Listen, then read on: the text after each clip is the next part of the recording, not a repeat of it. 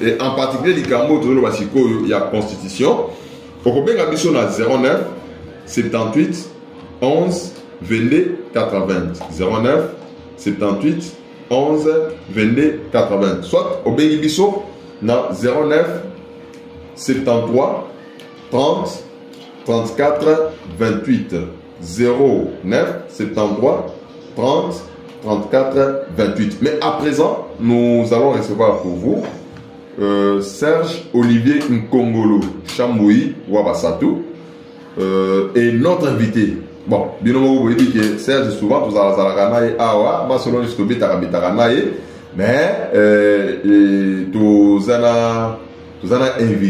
en invité Stani Kabongo Kassala. Bon, d'abord nous allons commencer par Serge Olivier Nkongolo, c'est parce que il vient à peine de Monsieur Serge. Merci, cher ami Pascal Kabamba. Merci à tous ceux qui sont branchés sur la fréquence de la radio Télé Soleil. Vous êtes dans cette émission, les débats publics. Débat public, aujourd'hui, il y a il y a des rubriques. Et maintenant, nous allons pouvoir recevoir notre invité. C'est un débat, vous le savez, c'est un débat national, débat public. Nous recevons tout à l'heure notre ami Stani Kabongo Kankonde, il n'est pas Kasaka. Ah, j'avais pas dit Kasaka. Kassala. Ah, j'ai massacré votre nom. Bon, toutes mes excuses, j'ai retiré. Donc, Stani Kabongo Kankonde, voilà. Stani Kabongo Kankonde. Avec lui, nous allons essayer de parler, de revenir sur ce débat. C'est un débat qui est loin de se terminer. Sur l'étendue de la République et aussi dans la ville de Chikapa, beaucoup de gens entendent parler de la révision, du changement. La Constitution, c'est quoi le changement? La Constitution, c'est quoi la révision? Et je crois que la Constitution elle-même fixe ou prévoit les modalités de sa révision et pas de changement. Mais parce que c'est un débat qui a été soulevé ou lancé par le président de la République lui-même quand il est allé à Kisangani et dernièrement il était à Lubumbashi. Voilà. Il a répété la même chose, il a exprimé sa volonté de réviser, de faire réviser ou de changer la Constitution. Mais pour je vais donner d'abord déjà, nous devons recevoir notre invité. Voilà, Stani Kabongo, bonjour. Bonjour Monsieur Serge, bonjour à tous les auditeurs de la radio Soleil. Vous êtes bienvenue sur notre plateau, la radio Télé Soleil, bienvenue vraiment. Merci beaucoup. Bienvenue à vous tous qui êtes branchés.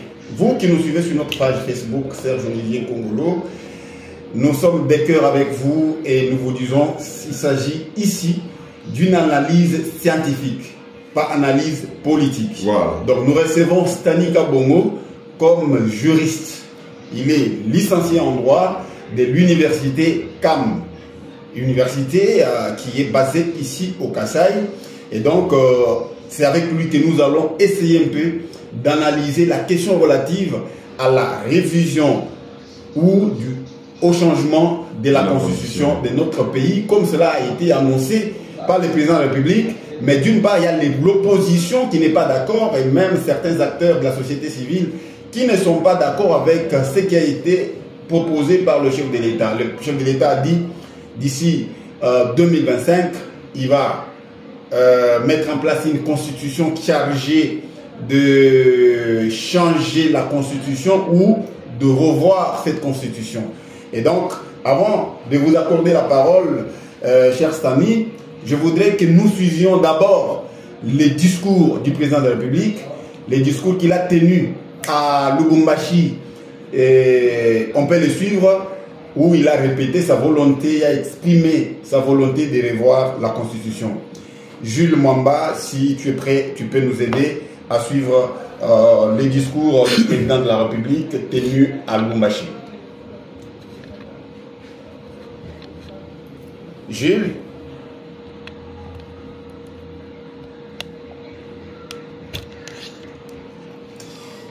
Vous avez vu dans cette constitution à l'article 217.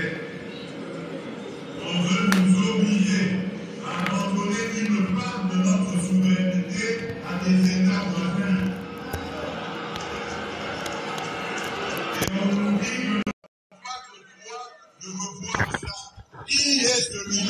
m'interdire, moi, le garant de la nation, à ne pas faire.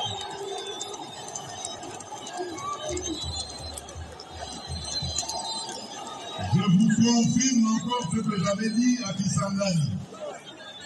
L'année prochaine, je vais réunir une commission de Congolaises et de Congolais bien pensants qui sont issus de plusieurs disciplines et dont l'objectif sera de revoir cette constitution.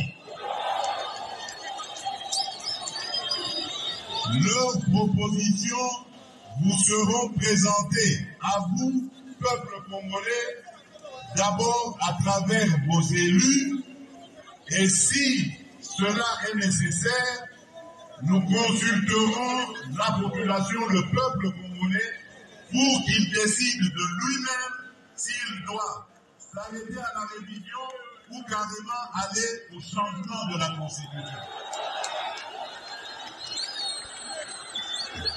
Et personne, vous avez entendu, personne ne changera mon avis sur cette question. Merci. Merci Jules Mwamba dans la cabine technique. Est-ce que vous pouvez encore nous balancer la réaction du député honoraire Dely Sesanga, président du parti Envol. Il est en même temps l'initiateur du sursaut national, plateforme qui lutte contre le changement et la révision de la Constitution de la République. Dely Sesanga. Je viens de suivre le second discours de M. Tshisekedi sur le changement de la Constitution à partir de Lubumbashi après celui de Kisangani. Un discours qui oscille entre les mensonges et les menaces en guise d'argument pour justifier le changement de la Constitution de notre pays. Ce qui déshonore à la fois la fonction, mais discrédite alors complètement le projet. Qui vous a dit, M. Tshisekedi, que vous avez la charge de limiter l'étendue du débat sur le projet funeste de changer la Constitution de notre pays, en menaçant de poursuite les opinions contraires sous le prétexte fallacieux de la manipulation? La manipulation, laissez-moi vous dire, Monsieur le Président, c'est lorsque vous essayez de faire croire à toute la nation congolaise que c'est la Constitution qui vous empêche de lutter contre la corruption, les détournements et les gabegies financières coutumières à votre régime et auxquels se livrent quotidiennement vos proches, vos amis et vos collaborateurs. La manipulation, Monsieur le Président de la République, c'est lorsque vous essayez de faire croire que c'est la Constitution qui vous empêche d'améliorer la condition sociale des Congolais, accroître leur pouvoir d'achat, créer des emplois pour les jeunes, donner de l'eau, de l'électricité, construire les routes, les hôpitaux, les écoles de qualité pour tous les Congolais.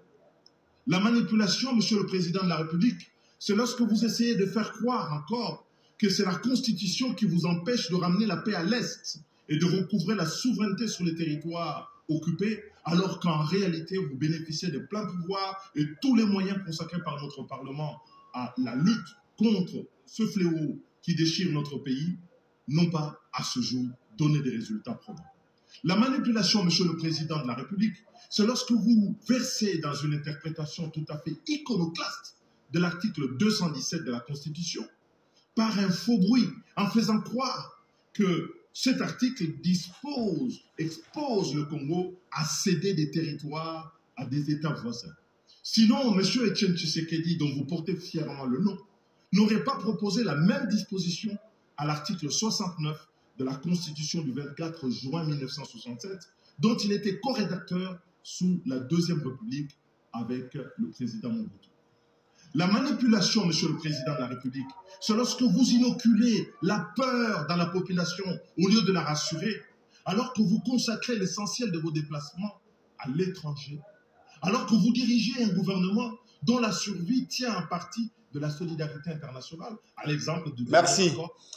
Merci Jules. Est-ce que Fayoulou lui aussi a parlé hier, il était devant la presse pour s'insurger contre les propos du président de la République, Félix-Antoine Tshisekedi. Est-ce qu'on peut l'écouter? Les auditeurs, nos téléspectateurs peuvent écouter ce que Fayoulou a dit. Tshisekedi, il parle de l'article 217, mais je lui demande qu'il aille lire cet article. et qui complète sa lecture avec l'article 214. Comme sa première ministre, lui vient démontrer qu'il ne connaît pas la Constitution. C'est grave. Ce n'est pas lui qui a amené le pays à l'EAC, c'est lui qui a fait adhérer le pays à l'EAC. C'était quoi l'EAC? Est-ce qu'il a compris les conséquences? À l'EAC, c'est là où certains pays africains pouvaient prendre certaines portions de notre territoire. Pas la Constitution. Il me cite un seul article de la Constitution qui l'empêche de récupérer Bunagana et les 120 autres localités occupées aujourd'hui par le M23. Qu'il me donne un seul article qui lui permet d'encourager la corruption, de laisser les deniers publics être volé par n'importe qui. Qu'il me donne un seul article qui l'empêche d'améliorer les conditions sociales des Congolais. Un seul. Non, ça n'existe pas. C'est un faux fuyant. Monsieur Tshisekedi doit comprendre que les Congolais ne le laisseront pas faire. Donc... Merci. Merci beaucoup, Jules Mwamba. Merci à tous ceux qui nous suivent en ce net moment. Merci à vous qui nous regardez sur notre page Facebook. Merci, vous qui aimez la radio Télé Soleil, pour être correctement informé et être informé sans sentiment et sans, c'est pas, chantage autre. Et donc, nous vous accordons notre parole et monsieur Sani Kabongo, vous avez suivi le président de la République, vous avez suivi Délice Sanga, président du parti Angol, vous avez suivi Martin Fayoulou, président national aussi de l'ECD. La question costaud ici, c'est que la Constitution devra être revisée en 2025 ou changée selon le président de la République. Il a dit personne ne pourra l'arrêter, personne ne pourra l'empêcher ou changer ce que lui veut. Vous avez quelle lecture d'abord par rapport à ce que vous venez de suivre, et puis nous revenons sur les procédures, les changements, quels sont les articles qui fâchent et qui méritent d'être changés, est-ce que c'est opportun ou ce n'est pas opportun. Vous aurez tout le temps de vous exprimer. Stani, vous avez la parole. Merci beaucoup, M. Serge, pour cette disponibilité que vous m'offrez de me livrer aux auditeurs de la Radio Soleil. Surtout cette réception, c'est la deuxième fois que vous me recevez dans les studios de votre chaîne. La fois passée, nous avons été là le samedi antérieur pour prendre part à cette émission. Malheureusement, nous avons été empêchés par la pluie, qui ne nous a pas donné la possibilité de pouvoir nous livrer aux auditeurs de la radio Télé Soleil. Mais aujourd'hui, Dieu nous accorde cette possibilité de pouvoir nous livrer à cet auditoire qui nous suit en ce moment précis. Ma lecture par rapport à cette question qui divise l'opinion aujourd'hui, c'est une question d'actualité. Presque dans tous les couloirs, dans toutes les officines politiques, dans les états-majors des partis politiques, la question qui divise l'opinion aujourd'hui est essentiellement axée sur la révision ou le changement de la Constitution.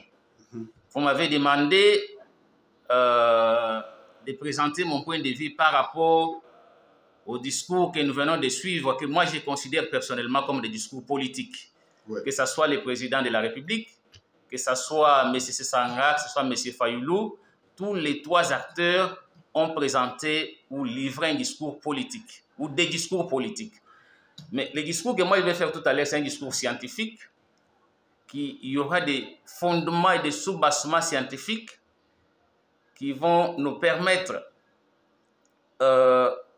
de convaincre vraiment l'ensemble de l'opinion qui nous suit pour voir dans quelle mesure nous pouvons arriver à cette révision, à ce changement de la Constitution. C'est au vu des arguments que nous allons présenter ou que nous allons démontrer. Parce que la Constitution, comme elle est là, elle ne peut pas être dès matin, vous vous réveillez, vous dites je vais réviser la Constitution. Oui, il faut réviser la Constitution, il faut présenter les raisons qui vont vous permettre d'arriver à ce processus. Voilà. Donc, le discours du président de la République, c'est un discours politique. Je l'ai bien suivi jusque-là, il n'a pas présenté un point de vue clair. Tantôt, nous allons revoir la Constitution. Alors, quand on revoit la Constitution, ça veut dire on va porter un regard sur cette Constitution, sur ses dispositions. On va analyser les dispositions de la Constitution par rapport à la commission qu'il mettra en place. C'est cette commission qui va lui présenter les résultats de leurs réflexions pour que lui, à son tour, se décide, vous l'avez suivi, il vient de dire que les résolutions qui seront présentées par la commission seront transmises à l'Assemblée, au Sénat, c'est-à-dire au Parlement, pour une lecture approfondie et par la suite, on va appeler les peuples au référendum pour que les peuples puissent en décider. Je pense que jusque-là, c'est une initiative personnelle du président de la République parce que la Constitution lui reconnaît ses droits de présenter l'initiative de révision de la Constitution prévue à l'article 218. Il a cette initiative, il peut proposer la révision de la Constitution. C'est une démarche tout à fait constitutionnelle, démocratique et légale. Nous ne pouvons pas l'en empêcher. Il a ses pouvoirs, il a cette possibilité de présenter cette initiative. Mais la question qui divise l'opinion jusqu'au jour d'aujourd'hui, le président n'a pas encore présenté clairement cette mouture conceptionnelle en ce qui concerne cette révision ou ces changements. Pourquoi allons-nous changer la Constitution ou pourquoi allons-nous réviser la Constitution?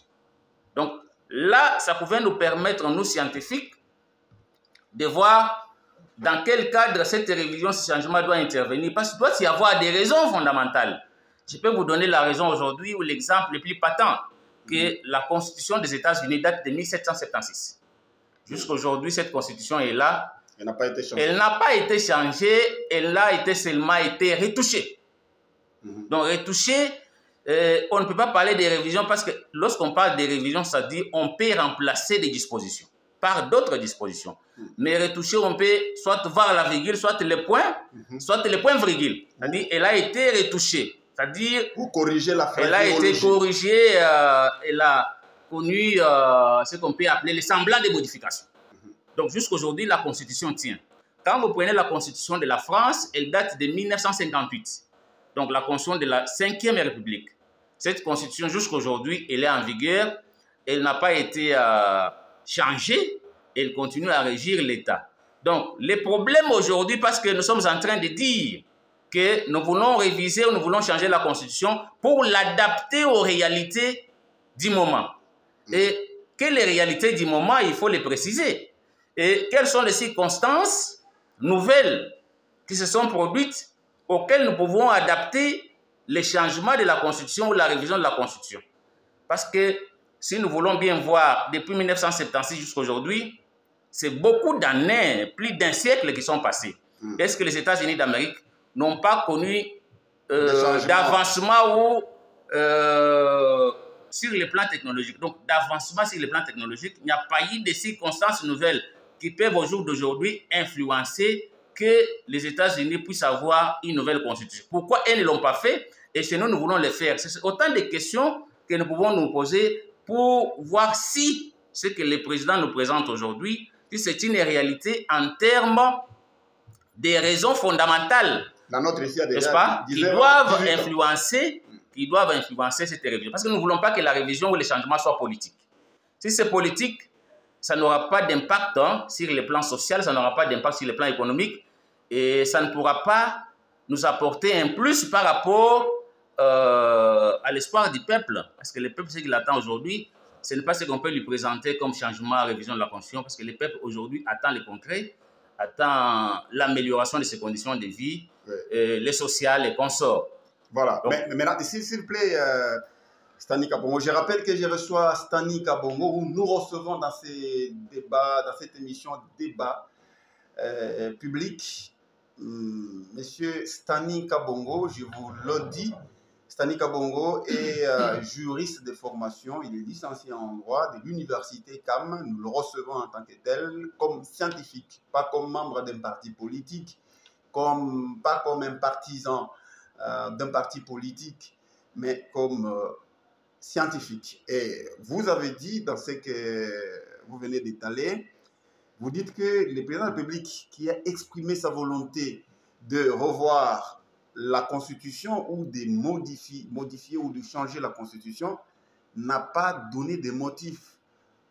Mais à Lubumbashi, il dit qu'il a pointé l'article 217.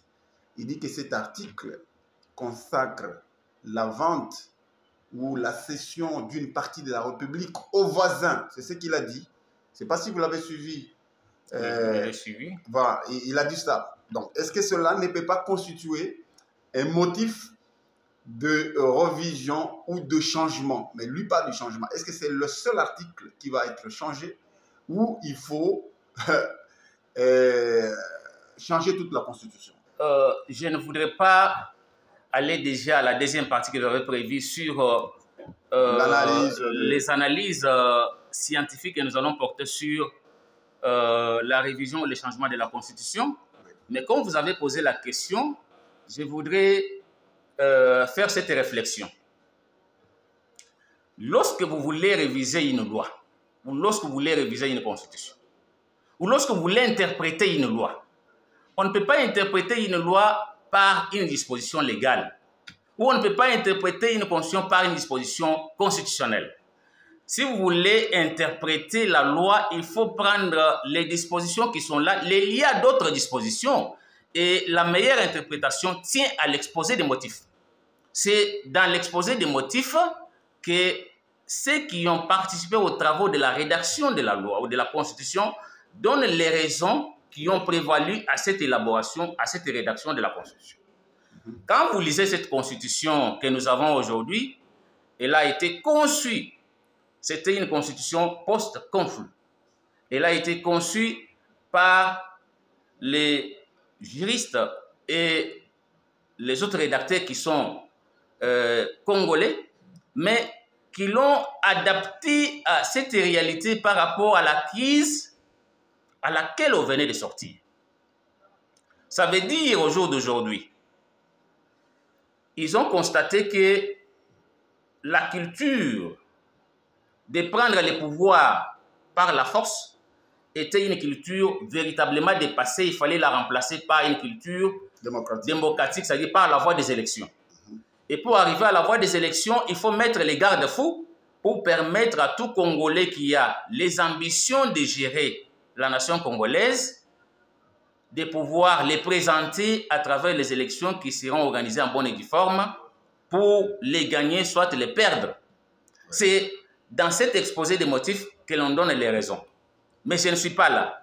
Je prends l'article 217 auquel vous faites allusion. Quand vous lisez l'article 217, je voudrais aussi que vous puissiez d'abord, vous lisez l'article 217, et je vais encore vous donner une autre disposition constitutionnelle que vous allez aussi lire pour bien comprendre que nous sommes en train de faire des fois l'interprétation que nous faisons peut être une interprétation qui tape à côté. Vous lisez l'article 217 et par la suite, je vais revenir avec un peu de lumière là-dessus. Voilà. L'article 217, nous lisons et vous qui nous suivez sur notre page Facebook en direct, vous pouvez écrire votre message ou poser la question à notre invité. Et soit Pascal Kabamba, vous pouvez donner le numéro pour que ceux qui veulent appeler en direct puissent le faire ou qu'ils écrivent. Hein. Et à ce moment-là, donc, ils peuvent, on peut répondre à toutes ces questions en Tsholuba, en Lingala. Et Stani Kankonde parle Tsholuba correctement. Stani Kabongo. Et Stani Kabongo Kankonde, il parle correctement Tsholuba. Et donc, tu peux donner les numéros d'abord. Merci beaucoup, Serge Bien Congolo. Ceux qui nous suivent à travers les comptes officiels de Serge Bien Congolo peuvent nous écrire. Mais ceux qui veulent encore nous écrire un message ordinaire, soit sur WhatsApp ou appeler. Ou appeler, bien sûr. Vous allez nous appeler dans le 09 78 11 22 80. Nous avons dit 09 78 11 22 80. Donc, que ce soit que la question soit posée en lingala, français, swahili, kikongo, nous sommes bien disposés pour les transmettre aux concernés. Merci beaucoup. Merci. Nous passons à la lecture de la disposition évoquée. Ici, il s'agit de l'article 217. L'article 217 dit quoi? Il dit ceci. La République démocratique du Congo peut conclure des traités ou des accords d'association ou des communautés comportant un abandon partiel de souveraineté en vue de promouvoir l'unité africaine. La République démocratique du Congo peut conclure des traités ou des accords d'association ou des communautés comportant un abandon partiel de souveraineté en vue de promouvoir l'unité africaine. Voilà, c'est ça, les contenus de l'article 217. Merci beaucoup, M. Serge. Je voudrais encore vous retenir. Vous allez lire, parce que moi, je m'attendais que le président nous présente la disposition de l'article 214. Oui. L'article 214, alinéa, je crois, 2. Oui. Vous lisez l'article 214, alinéa 2. L'article 214 de la Constitution, alinéa 2, dit ceci. Bon, je peux d'abord rappeler à tous ceux qui nous suivent que la Constitution a des chapitres, des titres, des sections. Voilà. Ici, nous sommes dans le titre 6 de la Constitution, qui est consacré aux traités et accords internationaux. Voilà. Traités et accords internationaux, voilà. Et l'article 214 dit ceci. Les traités, en fait, alinéa 2, oui, dit ceci. Nulle cession, oui, nul échange, oui, nulle adjonction des territoires n'est valable sans l'accord du peuple congolais consulté par voie de référendum. Merci beaucoup. Lorsqu'on fait l'interprétation de la Constitution, il y a ce qu'on appelle en droit l'interprétation téléologique, c'est-à-dire qui vise la finalité de la loi, de la norme. Ici, il y a ce qu'on appelle en droit l'argument à rubrique. Vous prenez la disposition. Quand vous prenez la disposition, vous situez la disposition dans les titres. Les titres parlent des traités et accords internationaux. Ça veut dire tout l'ensemble des matières qui suit. C'est contenu dans ces titres-là. Donc, c'est les titres qui présagent l'ensemble des autres dispositions. Je voudrais ici appesantir ceux qui nous suivent sur l'interprétation de l'article 217. Quand on dit en droit abandon partiel de la souveraineté, ça veut dire un manquement à l'obligation fondamentale d'assurer la satisfaction du minimum des droits garantis. C'est ça l'interprétation. Donc, le manquement à l'obligation fondamentale d'assurer la satisfaction du minimum des droits garantis. Il y a des droits qui sont garantis dans la Constitution que l'État peut se réserver le devoir de pouvoir les accomplir, de pouvoir les assurer. Mais ça ne veut pas dire qu'ici, l'État doit céder. C'est dans la pratique tout à fait internationale. Parce que cette Constitution, quand vous l'élaborez ici, au niveau des traités accords internationaux, vous êtes déjà en droit public international. Voilà. Vous n'êtes pas en droit interne. Ça veut dire que vous devez vous associer. On a dit les accords d'association. C'est-à-dire, quand il y a association, ça veut dire vous avez votre part, nous avons aussi notre part. Et même là, quand vous lisez l'article 215 ici, on dit les traités accords. Lisez un peu l'article 215. Les traités et accords internationaux régulièrement conclus ont, dès leur publication, une autorité supérieure à celle des lois, sous réserve pour chaque traité ou accord de son application par l'autre partie. C'est ce qu'on appelle en droit international, ce qu'on appelle les principes de la réciprocité. Voilà. Donc, pour que les traités soient appliqués, il faut que l'autre aussi l'applique. Si l'autre ne l'applique pas, vous n'allez pas appliquer. Donc, ça veut dire que chaque partie a ses obligations. Oui, oui. Et même quand les présidents négocient les traités. Quand les présidents négocient les traités, négocier les traités, ça veut dire participer aux travaux de la rédaction ou de l'élaboration du traité. Parce que les traités, c'est un acte international conclu entre les États, mais qui régit les droits internationaux. Ici, lorsque le président participe, même s'il a négocié les traités, même s'il a conclu les traités, mais ces traités, pour que ça puisse avoir une force légale sur le plan interne, il faut que ce traité soit ratifié. C'est-à-dire, il faut que le Parlement vote une loi de ratification. Donc, ça ne peut pas passer si le Parlement n'a pas ratifié.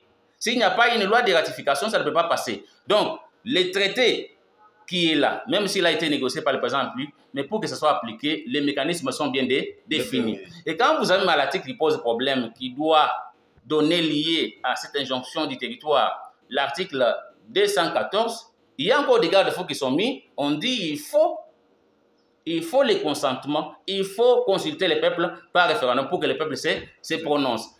Donc les peuples là le deux. Je voudrais que vous puissiez, parce que j'ai eu la nuit là, le réflexe de pouvoir parcourir plusieurs constitutions de plusieurs pays. Je voudrais que vous puissiez lire l'article 70 de la Constitution centrafricaine. L'article 70, la Constitution centrafricaine. L'article 70 de la Constitution centrafricaine, oui. Ce n'est pas la RDC. Oui. Elle dit ceci. Donc, l'article dit ceci. La République peut, après référendum, conclure avec tout État africain des accords d'association ou de fusion comprenant abandon partiel c'est grave, hein? ou total. C'est grave. Il dit ou total. Oui. De la souveraineté en vue de réaliser l'unité africaine. C'est de la pratique internationale. Voilà. C'est de la pratique internationale. Elle peut aussi... Elle peut créer avec tous les États des organismes intergouvernementaux de gestion commune, de coordination et de libre coopération. Et nous sommes ici en droit communautaire international. Voilà. Donc, lorsqu'il y a l'intégration, les États sont en train de se copénétrer. Vous pouvez, au jour d'aujourd'hui, avec ces processus de la mondialisation, les États peuvent s'associer, les États peuvent coopérer, les États peuvent marcher ensemble, c'est-à-dire peuvent conclure des traités et accords internationaux qui peuvent leur permettre, n'est-ce pas, d'entreprendre des échanges, mais ça peut nécessiter que l'un puisse abandonner sa souveraineté au profit de l'autre.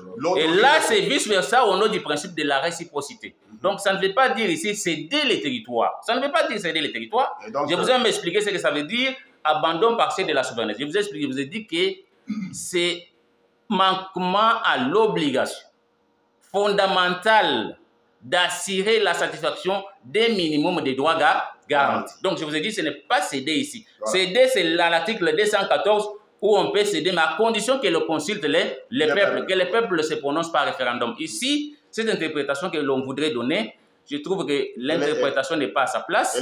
Il faut qu'on trouve une autre interprétation ailleurs, mais par rapport à ces mécanismes, je peux vous lire plusieurs articles de plusieurs constitutions. D'ailleurs, quand vous allez au Bénin, c'est la même chose. Vous allez au Congo-Brazza, c'est la même chose. Vous allez au Cameroun, c'est la même chose. J'ai eu à lire toutes ces constitutions, j'ai trouvé que ces dispositions sont partout. Donc, ça relève de la pratique internationale, du droit public international. Ça n'a rien à faire avec la cession du territoire aux autres États. Et c'est pour promouvoir l'unité africaine. Oui, oui.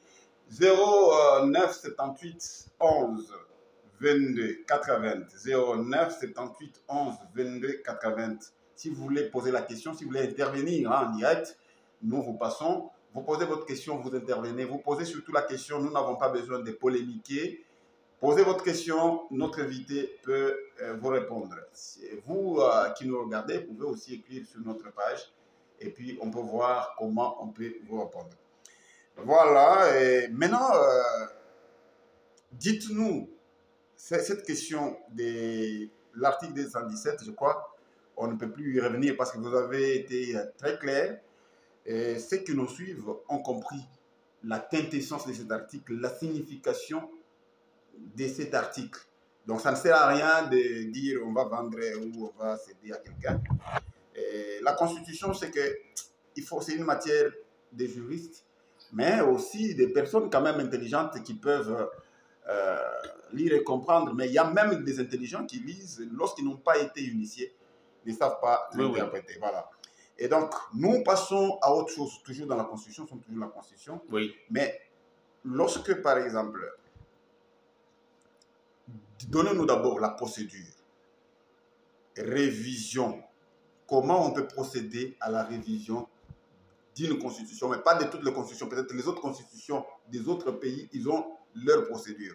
Mais nous, la RDC, notre constitution de 2018, 18 février 2006, révisé en 2011. En 2011. Oui.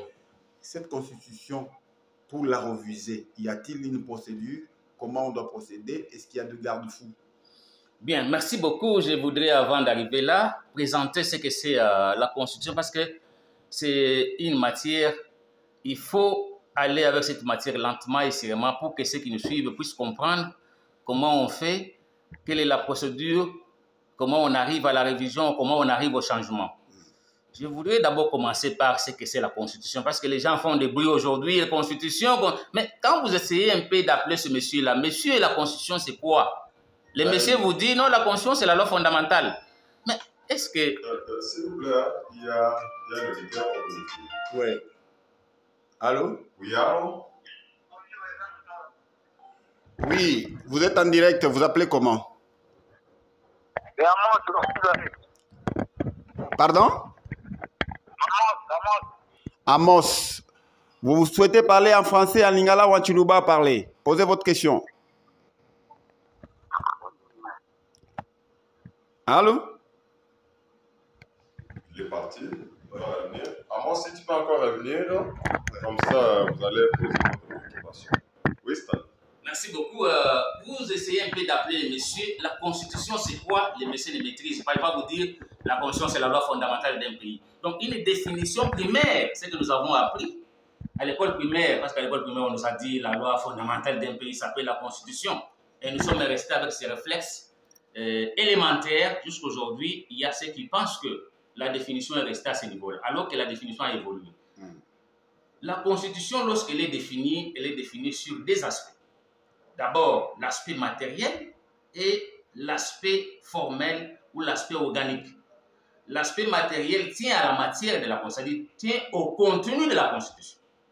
Et vous avez l'aspect organique ou l'aspect formel qui tient au contenant de la Constitution.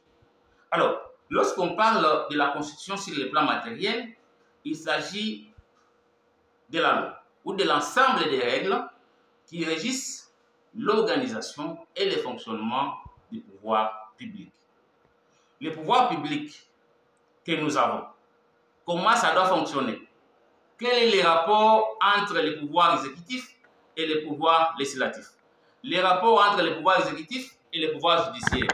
Les rapports entre le président de la République avec les autres institutions? C'est prévu par la Constitution. C'est la Constitution qui va tracer tous ces rapports entre l'État et les provinces. Tous ces rapports sont définis clairement par la Constitution. Ça, c'est une définition que la Constitution donne sur le plan matériel, c'est-à-dire sur le plan du contenu de la matière. Mais s'agissant de la définition sur le plan organique ou sur le plan formel, ici, la définition tient à la procédure spéciale. Oui, donc, la procédure spéciale ou supérieure utilisée par rapport à la révision de la Constitution par rapport aux autres lois ordinaires. Donc, pour réviser la Constitution, il faut une procédure spéciale. C'est-à-dire? Ça veut dire qu'on renforce ici les conditions de révision. On va dire, par exemple, qu'il faut les 2 tiers, la majorité absolue, des membres qui composent l'Assemblée, ou des membres qui composent le Sénat, ou des membres qui composent le Parlement. N'est-ce pas? C'est-à-dire qu'on a renforcé les conditions pour ne pas donner la possibilité aux politiques de pouvoir manigancer sur la révision de la Constitution. Parce qu'on sait que c'est la Constitution qui représente l'image architecturale du fonctionnement de l'État. Donc, si vous voulez voir la vraie image architecturale de l'État, il faut voir sa Constitution. Donc, la Constitution nous donne déjà une image, nous donne déjà une idée de ce que l'État fonctionne, de ce qu'est l'État. Donc, si vous voulez voir comment fonctionne l'État, il faut interroger sa Constitution. Voilà. Donc, ici, on interroge les contenants, on n'interroge pas les contenus. Alors, la procédure spéciale de la révision de la Constitution. Quand vous venez dans notre Constitution, cette procédure est bien prévue à l'article 218. À l'article 218, on vous a dit à qui appartient l'initiative de la révision constitutionnelle. Président de la République, gouvernement, parlement, une fraction de 100 000 personnes, 100 000 Congolais, c'est pas par pétition.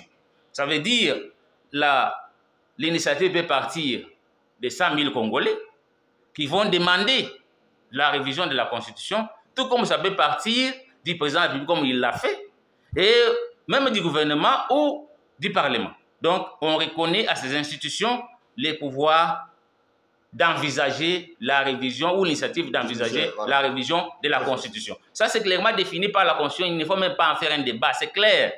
On ne peut pas engager un débat là-dessus. Alors, mais maintenant, lorsque on reconnaît le pouvoir d'initier la révision de notre Constitution à ces institutions ou aussi au peuple congolais, comment est-ce que c'est à tout moment que cela peut se faire? Est-ce qu'il existe de temps où on peut ne pas envisager la révision ou le changement? Je vous dis ici que, d'ailleurs, quand vous lisez la Constitution à l'article 218, la Constitution parle de la révision et non du changement. Parce que les gens ne doivent pas faire la confusion entre les changements de la Constitution et la révision de la Constitution. Ici, on parle de la révision de la Constitution. Alors, qu'est-ce qu'on attend par révision de la Constitution et qu'est-ce qu'on attend par les changements de la Constitution? Lorsqu'on révise la Constitution, c'est-à-dire on modifie certaines dispositions de la Constitution. C'est-à-dire on revoit certains articles. Ouais. Mais lorsqu'on change la Constitution, on remplace la Constitution par une autre, avec comme conséquence de basculer dans une autre république, de changer les régimes. N'est-ce pas? Donc ici, nous sommes dans une troisième république. Nous sommes en troisième république. Donc, dès que vous avez une nouvelle constitution définitive, automatiquement, vous basculez dans la 4e république. Donc, nous passons de la 3e à la 4e république. Mais maintenant... je voudrais d'abord aller avec la révision de la Constitution. Parce que vous m'avez posé la question, est-ce qu'il y a des contraintes? Il y a des contraintes. Il y a des contraintes temporelles, il y a des contraintes matérielles, il y a des contraintes circonstancielles. La même Constitution a présenté des contraintes à son article 219. Cette Constitution ne peut pas être révisée pendant l'état de guerre, pendant l'état de siège, pendant l'état d'urgence ou pendant l'intérim au pouvoir, n'est-ce pas? Donc, la Constitution elle-même a prévu les mécanismes, des circonstances par lesquelles elle ne peut pas être révisée. Donc, pendant ces moments-là, on ne peut pas envisager la révision de la Constitution. Et pendant ce temps, on ne peut pas envisager la procédure de révision parce que déjà, quand vous êtes dans un état de siège, on sait que les institutions ne fonctionnent pas normalement, vous êtes en circonstances exceptionnelles, vous ne pouvez pas envisager la révision de la Constitution parce que ça peut avoir des conséquences fâcheuses. Parce que celui qui va donner l'initiative de la révision, vous ne connaissez pas les intentions qu'il a. C'est pour cette raison que le constituant, malin qu'il était, il a posé des garde-fous pour déjà anticiper les comportements que les politiques peuvent envisager sur les formats en ce qui concerne la révision de la Constitution. Voilà. Merci beaucoup, merci à vous tous. Merci à vous aussi, Stani Kabongo, d'avoir répondu à notre invitation. Merci à tous ceux qui sont en train de nous suivre en ce moment. Ce débat, c'est un débat d'idées, débat scientifique. Moi, j'aimerais bien que les scientifiques qui nous suivent, avocats, étudiants, tout le monde qui est en train de gober, ce qu'on peut dire en Tchoulouba, les bisobololo, donc les idées qui ne sont pas correctes peuvent poser des questions maintenant pour avoir l'idée sur ce qu'on appelle constitution, sur les articles, comment on procède à la révision constitutionnelle. Est-ce que le changement est-il prévu? S'il n'est pas prévu, c'est fini, donc on ne peut pas changer notre constitution. Non, si le changement n'est pas prévu, il y a possibilité d'arriver au changement parce que la première possibilité, c'est la conséquence en droit.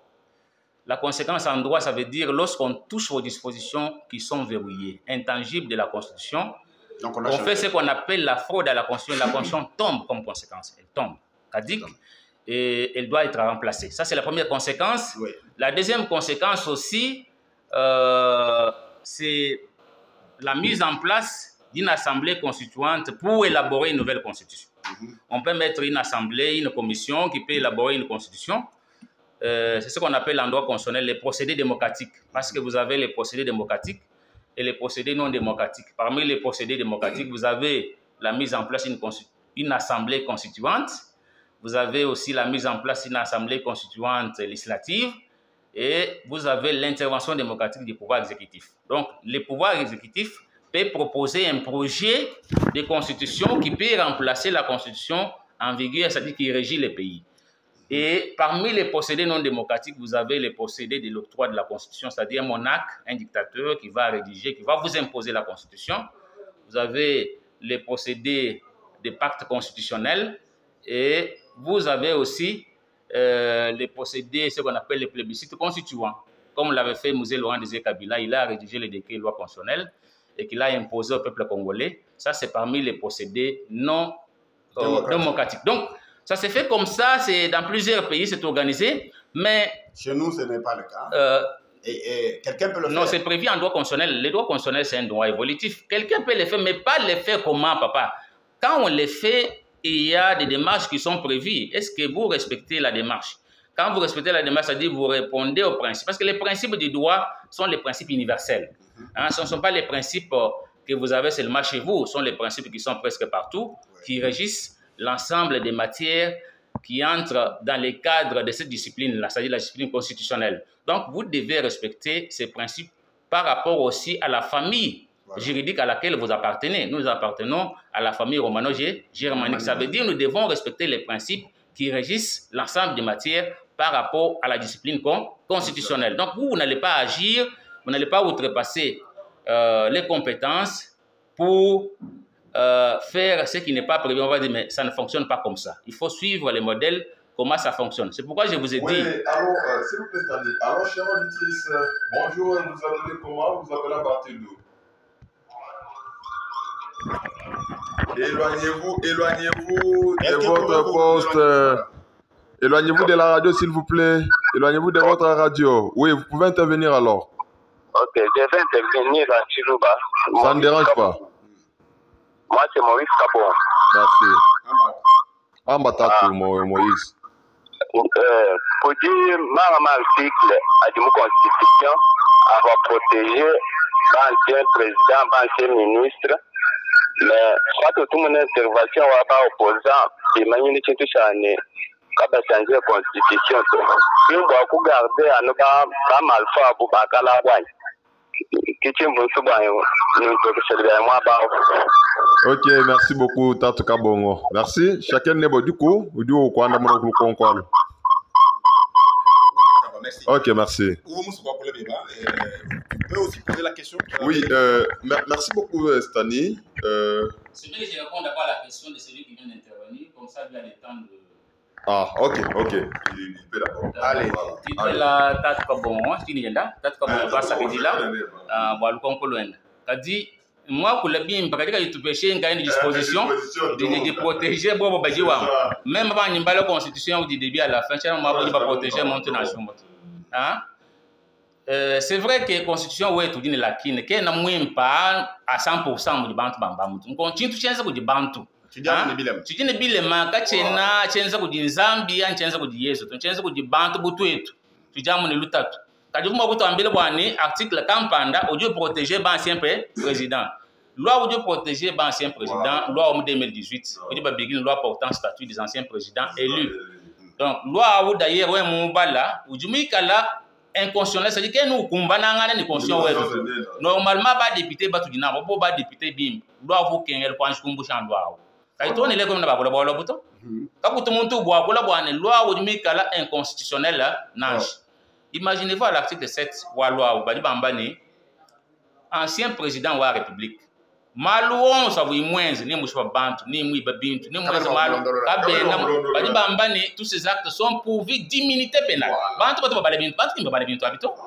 Kabena mo kumulondo na chaka kakes. Alors que mon constitution va prévoir bon le président va dire kumulondo.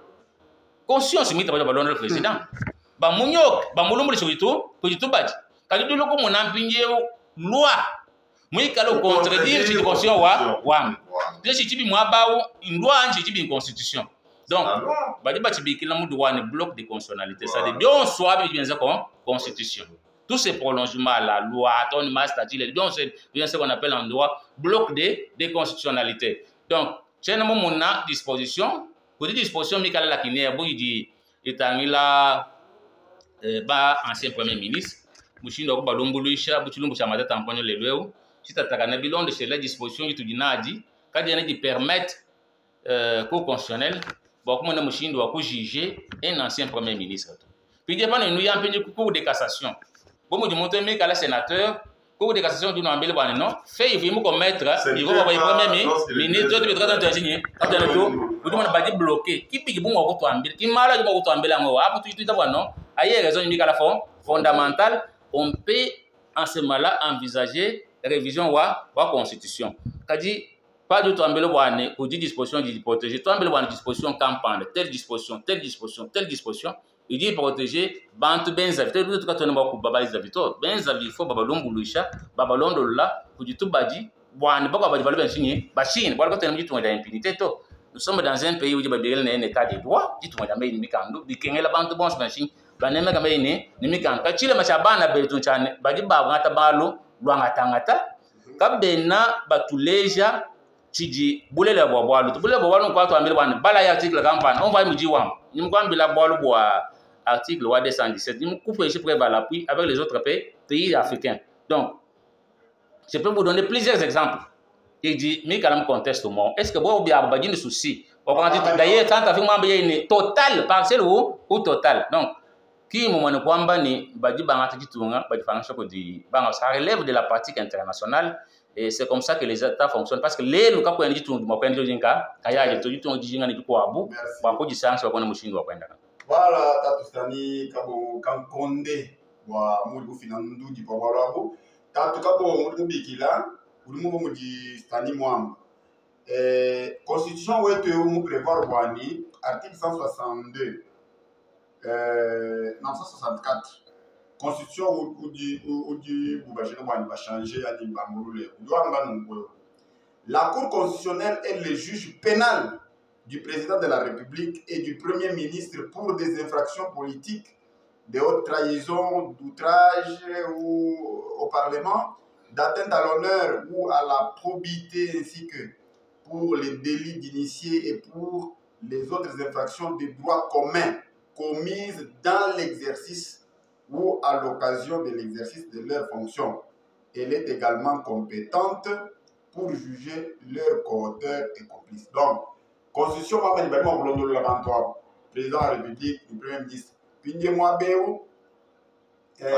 Boba Londo lagi mbalo buteke to balo bachini mujimu na bo président ki mbalo buteke ba mo Londo de kengela pour revoir disposition dit kwamba bwani jiba di mu kwasa kabeni ba mu Londo kaji ba jibu mbuga mu kwasa ba mu Londo balo ba di mu kwasa ko na balo buteke ba mu Londo Pindé ti wambi achachi chi di mu lwa udi ba kwa mele Pakistani Udilwa utu ba voter précipitamment Kabubaya benzo revoir Udibachi bala ou premier ministre qui tu condoachi ni ba député ba bukoko ba 15 bilwa bya ku di protéger nabi bobo kwa mani ancien président de la République mudini statut particulier wa sénateur à vie bien subidi moins pas voyer président de la République na chez mushi pa entrer chez moins munibamba ku di stani amo kabeli makulondolo la ali bidi wa exemple ndieo ko mulombolo chez bikengela bwana parlement a réunir en congrès ce qui n'est pas une procédure facile muni kabila wenda kanam bo ye moins ni mbinga ni ye mushi pa bantu beba babo kumkwata anu parlement muni sangisha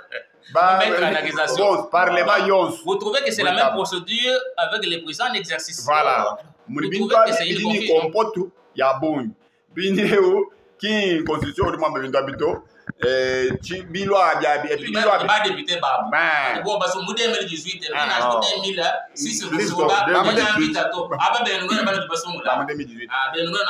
et puis mbambani mu chilo achachi bani mu akuchumushi mu di Félix kokwe vous m'en ramenez nous chez la Chinto qui projet tu faut pas même la cour constitutionnelle peut déclarer cette non conforme à la c'est grave. Et puis, Chilo Achachi Pechaba, ancien chef de corps, bon, me dit pas caméra. Le corps constitué. Vous voyez, président de l'Assemblée, Kalani Moudi, président de l'Assemblée, Naché Mouya, ancien premier ministre, ancien président de la Cour constitutionnelle. Donc, vous avez un désordre.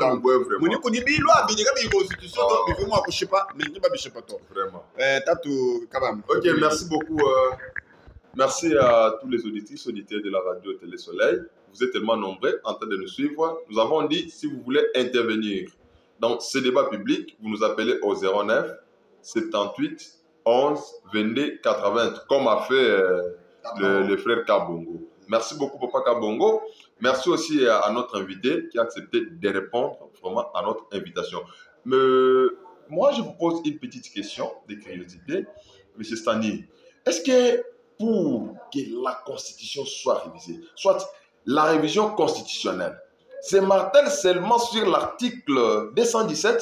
C'est parce que si vous parcourez toutes les dispositions que dispose la Constitution, excusez-moi pour la tautologie, vous trouverez que ce n'est pas toutes les dispositions qui sont meilleures pour être respectées.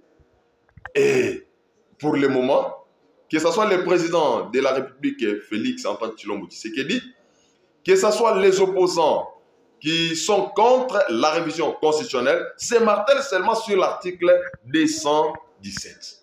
Quelles sont vos analyses par rapport à cet acte? Merci beaucoup, M. Pascal Kabamba, pour votre question. Moi, je n'ai pas dit... Et peut-être pour vous préciser, oui. Les opposants ne parlent pas de l'article 217. L'article 217, il reproche au président qu'il a évoqué. Ils disent qu'on ne peut pas reviser pendant l'état de siège, pendant l'état de guerre, et on ne peut pas changer la... Ils disent ne touche pas à la Constitution. Donc, ils disent la révision et la... Ok, parlons maintenant de l'article évoqué par... L'article évoqué par le président de la République, c'est le point de vue du président de la République. Ça, c'est un exemple qu'il a donné. Quand je l'ai bien suivi, derrière cette disposition, il y a d'autres dispositions, mais il a dit qu'il va mettre en place une commission de scientifiques qui vont essayer de réfléchir. C'est-à-dire, à titre d'exemple, il a donné l'article 217 que l'on peut, que lui d'abord a trouvé que c'est un article là qui impose les pays par rapport aux autres États voisins. Mais quand je reviens un peu à votre question pour la préciser, la Constitution elle-même n'a pas accepté que toutes les dispositions soient révisées. Voilà. Parce que nous avons des formes de Constitution. Nous avons la Constitution rigide et nous avons aussi la Constitution souple. N'est-ce pas? Ouais. Et il y a des constitutions qui ne permettent pas la révision de certaines dispositions. C'est-à-dire, notre Constitution, pour les cas d'espèce, à l'article 220, ne vous donne pas la possibilité de réviser toutes les dispositions. Il y a des matières qui sont verrouillées.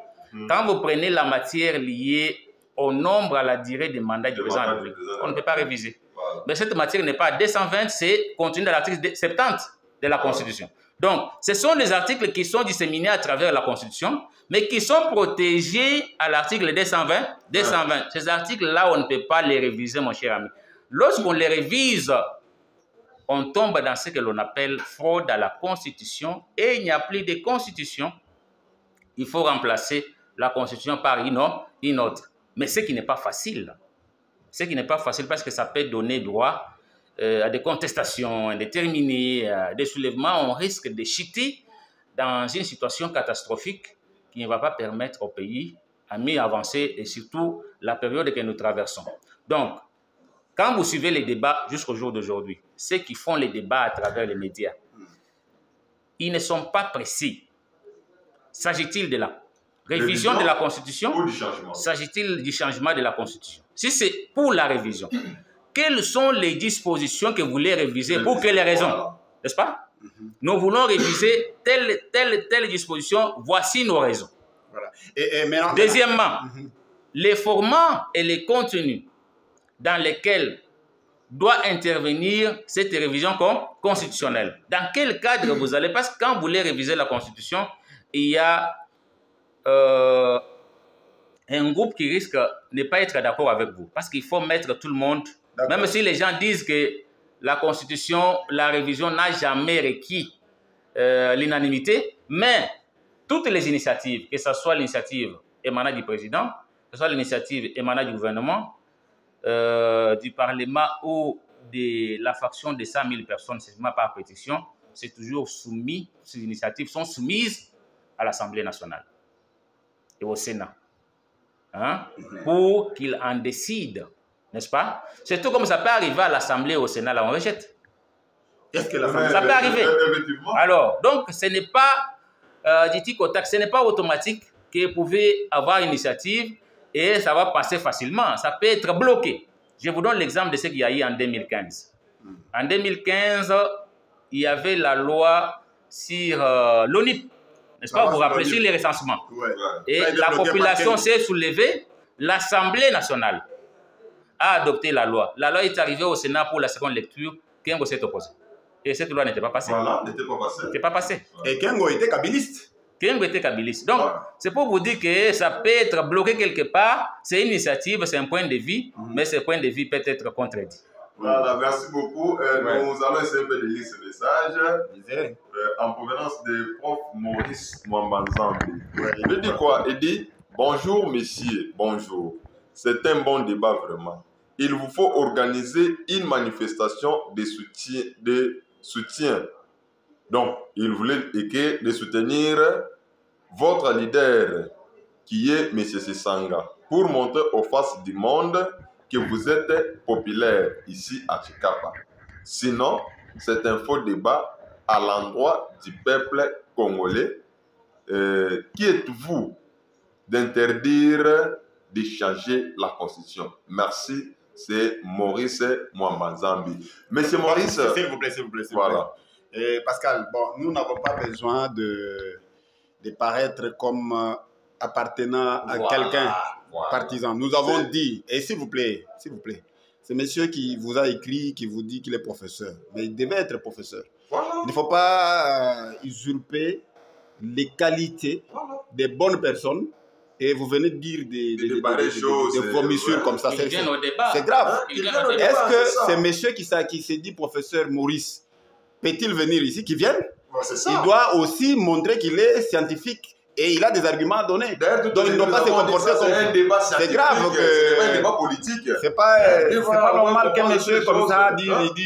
Prof Maurice, en tout cas, nous sommes désolés. C'est parce que nous sommes en train de faire les analyses par rapport à la révision constitutionnelle. Nous ne sommes pas faux. Nous sommes là.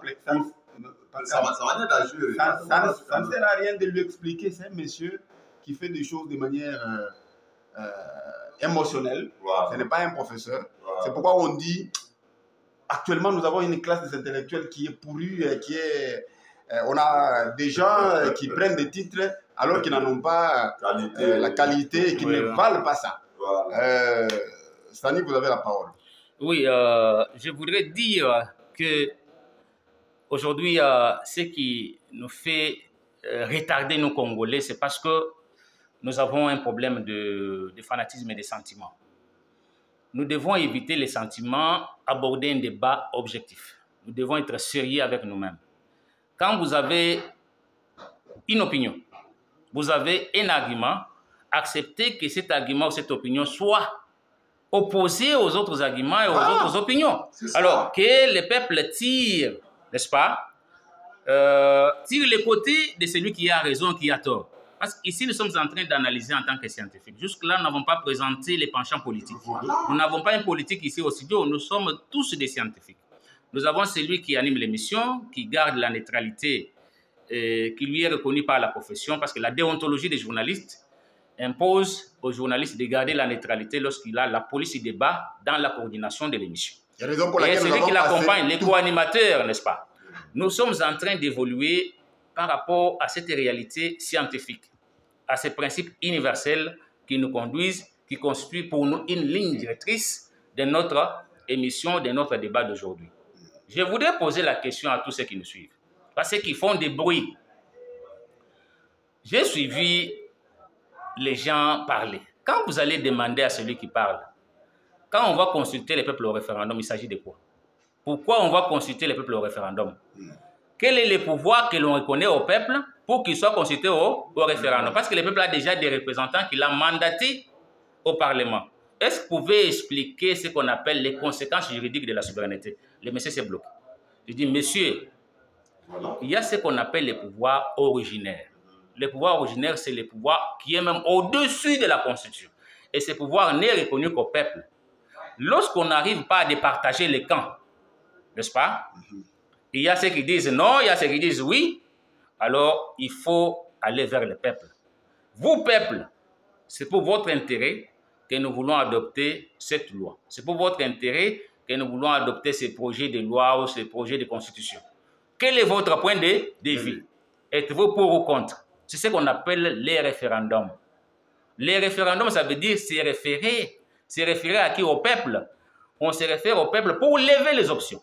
Le peuple doit présenter son point de vue. C'est un avis consultatif. Le peuple doit dire oui, nous sommes pour la révision. Oui, non, nous ne sommes pas pour la révision. Et pour en arriver là, il faut des débats parce que tout le monde ne maîtrise pas la Constitution. Est-ce que tous ces gens que nous avons est allés à l'école des droits pour comprendre? Non. Si aujourd'hui il est difficile, mon juriste, qui peine. Parce qu'interpréter cette Constitution n'est pas facile. Hein? Il y a beaucoup de juristes qui ne comprennent pas. Suivez même les grands médias. Suivez même les grands médias. Même les juristes peinent pour interpréter. Interpréter la Constitution, ce n'est pas donné à n'importe qui. Il arrive des fois, on consulte la Cour constitutionnelle et la Cour fait la relecture. La Cour n'arrive pas à donner l'essence primaire de l'interprétation. Donc, pour arriver à consulter les peuples, ces débats que les présidents ont soulevés, il faut qu'il y ait des émissions, des gens qui vont présenter les bons côtés et les mauvais côtés, et au peuple de tirer les conséquences, parce que le peuple ne connaît rien. Parce que les gens vont dire, parce que celui-là a dit oui, moi aussi j'ai dit oui. Mais c'est ce qu'on a vu même pendant la période des élections. Vous allez au centre de vote, vous allez voir quelqu'un qui vous demande, quand vous êtes parti de chez vous là, vous n'avez pas quelqu'un qui repose votre choix. C'est pas pour dire que nous avons encore un problème de maturité. De maturité et j'ai comme impression que notre peuple voudrait encore plus de formation. Nous avons un problème de formation et d'éducation. Permettez-moi, j'ai comme impression que le taux d'analphabétisation peut être au-delà de 60%. Même si aujourd'hui on donne l'impression que les gens vont à l'école primaire est gratuite. Mais concrètement, on sent qu'il y a un problème qui ne va pas dans la société. Il faut une formation post-primaire, post-secondaire. Même les gens qui terminent les écoles secondaires, même l'université aujourd'hui, vous voyez ces gens faire des analyses à tort. Donc, des gens qui ne sont pas dans les fondements réels de la science. C'est ce que nous avons fait ici. Quand vous me demandez, par exemple, est-ce que pendant la période d'état de siège, pendant la période d'état d'urgence, pendant la période de guerre, est-ce qu'on peut réviser la Constitution? La Constitution elle-même a déjà dit non, c'est scientifique, c'est prouvable. Quand vous lisez la Constitution angolaise, parce que moi j'ai eu à lire cette Constitution, chez eux, ils n'ont même pas mis cet article 217. Hein. Chez eux, même au Rwanda, ils n'ont pas mis. Qui vous a obligé de mettre? Vous n'êtes pas obligé. Même ce que le président dit là, ce n'est pas une obligation. On peut enlever ça. C'est ça qui est l'importance. On peut enlever. Alors, si vous trouvez que vous n'avez pas d'intérêt, vous ne voulez pas coopérer avec les autres États, vous pouvez enlever. Pourquoi les Rwandais ne l'ont pas fait? Pourquoi l'Angola ne l'a pas fait? Seulement vous. L'Égypte, j'ai eu à lire la Constitution égyptienne. Il ne l'a pas mis. En Égypte, par exemple, pour être sénateur, il faut avoir 40 ans. Et il faut être parmi les anciens magistrats ou parmi les anciens fonctionnaires. Ce qui n'est pas le cas ici. Donc, quand nous allons essayer de copier là-bas et qu'on va mettre ces conditions ici, ça va s'adapter. C'est très difficile. Donc, chaque pays a ses réalités. Chaque pays a ses réalités. C'est pour cette raison qu'on essaye un peu de concilier les points de vue pour que l'on harmonise. Il ne faut pas accepter la pensée. Nous ne sommes pas à cette période-là. Nous ne sommes pas à cette époque-là. C'est une période dépassée. C'est vraiment dépassé. Nous devons nous adapter aux circonstances du moment. Nous devons aider les chefs de l'État parce que l'État, c'est la nation. La nation aujourd'hui, c'est là où il y a le vouloir vivre collectif. Il y a quelqu'un qui m'a dit, est-ce que l'État, c'est la nation? Non, tout État n'est pas nation. Tout État n'est pas nation. Parce que là où il y a la nation, vous avez les peuples guéinis par les réalités linguistiques, les réalités religieuses, les habitudes, et ces peuples-là, les vouloir vivre collectif. Par le fait que les Congolais d'aujourd'hui, celui qui est à Tikapa, ne peut pas accepter que son frère de Goma, son frère de Walikale, ne veut pas qu'une partie de son pays ne soit pas touché. Quand on les touche là-bas, nous aussi, nous sentons que le corps ne va pas au pied, n'est-ce pas? C'est ce qu'on appelle le vouloir vivre collectif. Nous voulons vivre ensemble. C'est ça la nation congolaise. Donc nous sommes une nation, nous ne pouvons jamais accepter qu'une partie de notre territoire soit cédée. Et la démarche du président, c'est une démarche constitutionnelle. Et si cette démarche, peut-être ce qu'il a dit, ne concorde pas avec cette réalité qui est contenue dans la disposition, nous disons, la disposition ne voudrait pas dire ce que le président a dit. Ce que le président a dit semble être contenu à l'article 214. Mais à une seule condition de consulter les peuples. Quel est ce peuple-là, d'après cette réalité que nous venons de donner, qui va accepter? Quel est ce Congolais mal intentionné qui va au jour d'aujourd'hui accepter qu'une partie, qu'un périmètre de notre terre puisse être cédé à un État étranger sans aucune raison? Je ne pense pas. Donc, on pouvait dire c'est Kabila qui avait influencé la disposition, mais on trouve cette disposition dans notre pays, dans notre constitution. Et là, c'est Kabila qui est allé encore dire à ces gens-là, mettez la disposition. Donc, nous sommes en train de faire des interprétations à tort. Voilà. Nous devons rester scientifiques. Merci. Merci à vous. Merci même Monsieur Maurice, parce qu'il nous suit quand même. mais je dis que en tant que qu'il vienne au débat, s'il veut le débat, qu'il vienne ici, nous allons le recevoir. Ces micros, ces micros reçoivent tout le monde. Et ces micros parlent de tout le monde. Ils parlent du président de la République tous les jours, ici. C'est de lui qu'on parle d'ailleurs plus que de celui à qui il fait allusion. Et donc, il doit être un peu rationnel dans ce qu'il dit, au lieu de s'attribuer des titres et ne pas les défendre. Donc, défendre ce que vous êtes, ça veut dire que vous dites professeur, parlez comme un professeur, je ne sais pas vous êtes quel professeur. Si vous êtes professeur à thèse, soyez normal. Bon, je voudrais marteler sur un petit point là, parce que j'ai suivi les gens dire les présidents voudraient que tout soit remis au peuple, c'est-à-dire toutes les élections à tous les niveaux, que le peuple soit décideur.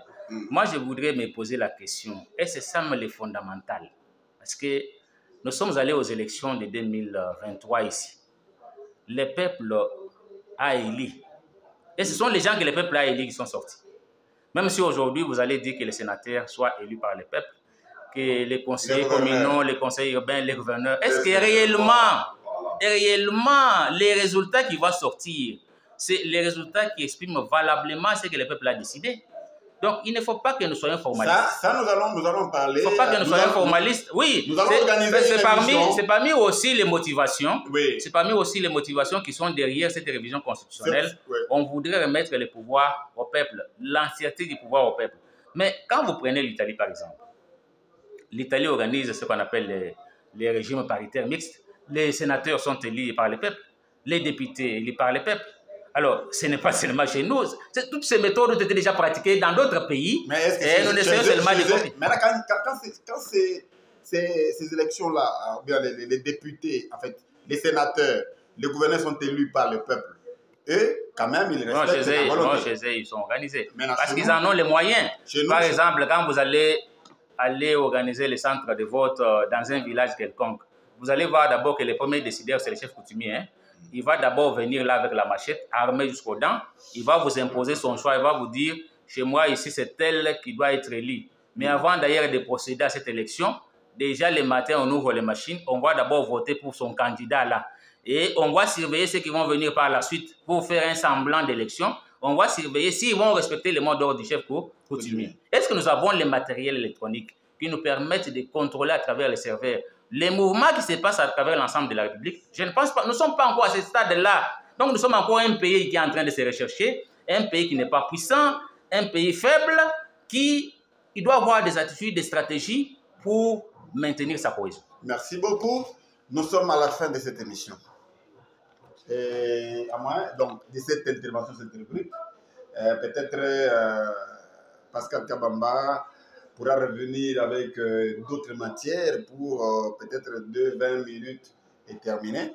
Mais sinon, nous vous disons grandement merci de nous avoir honorés, d'avoir répondu à notre invitation, à moins que vous ayez peut-être 1-2 minutes pour la conclusion. Merci beaucoup, M. Serge. C'est moi qui vous remercie pour cette invitation que vous m'avez adressée, vous m'avez honoré pour venir participer avec vous à cette grande émission. Nous disons à notre peuple que nous ne sommes pas contre la révision constitutionnelle. Nous sommes d'accord, tout à fait d'accord, à cette révision par rapport aux articles qui ne concordent pas avec la réalité actuelle, comme la disposition sur les poursuites à l'encontre du président de la République et du Premier ministre. On peut revoir ce genre de dispositions. S'il y a des dispositions, d'autres dispositions qui peuvent être révisées, nous sommes d'accord. Cette constitution a été révisée depuis 2011. Ça n'a pas posé de problème. Même si on révisait aujourd'hui, ça ne posera pas toujours des problèmes. Maintenant, les problèmes, c'est limites matérielles. Nous sommes pendant quelle période pour envisager la révision constitutionnelle? Parce que nous devons rester respectueux des textes. Nous sommes pendant la période de guerre, nous sommes pendant la période d'état de siège. Il est difficile au jour d'aujourd'hui, d'après les limites qui sont imposées par la Constitution, de procéder à la révision constitutionnelle. Et c'est la même Constitution aussi à l'article 220 qui interdit la révision de certains articles. Quand vous les touchez, c'est-à-dire vous videz la Constitution de sa substance, de toute sa valeur, elle n'existe plus et il y a ce qu'on appelle en droit fraude à la Constitution. Il faut faire attention parce que la même Constitution, les gens ne lisent pas. Déjà, l'article 64 il y a des sanctions, c'est que le professeur Ntumba Moussouka appelle les sanctions politiques inorganisées. On vous dit, tout Congolais a le devoir de faire échec à tout individu ou groupe d'individus qui prend le pouvoir par la force ou qui l'exerce en violation des dispositions de la présente Constitution. Voyez la Constitution elle-même a mis des garde-fous. Et la même Constitution a des sanctions aussi qui sont des sanctions juridiques organisées. Les recours au juge constitutionnel, lorsqu'il est violé, la violation intentionnelle de la Constitution, dans les chefs du président de la République, dans les chefs du Premier ministre, a des conséquences juridiques. Il peut être poursuivi par la Cour constitutionnelle. Merci à vous, cher Stani. Merci à tous les auditeurs qui nous ont suivis. Pascal, vous avez le micro. Merci. Ok, merci Serge Bien Congolo, merci à Stani Kabongo, merci à tout le monde qui nous avons suivis de loin ou de près. Nous sommes tellement de cœur avec vous. Venez de suivre là les points relatifs à la révision constitutionnelle. Vous avez suivi. En tout cas, il y a eu beaucoup de questions qui sont répondues ici. Et vous avez vous-même entendu comment Stani a comparé notre constitution à d'autres constitutions d'autres États. Donc, vous-même, vous connaissez maintenant, dès maintenant, où c'est situé. Mais, pour le moment, nous disons grandement merci à notre invité, Stani Kabongo. Merci. Et dans 10 minutes, nous allons pouvoir clôturer notre émission. Gilles Mwamba, vous êtes prêts? Essayez.